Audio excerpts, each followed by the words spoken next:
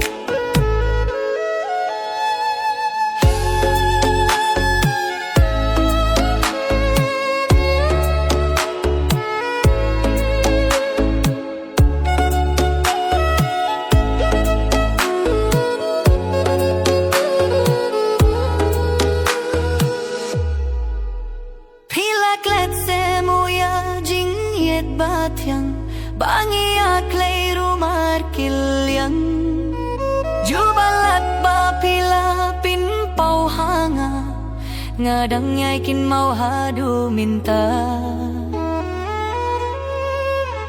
Ko bayit minta siya'y ba pidon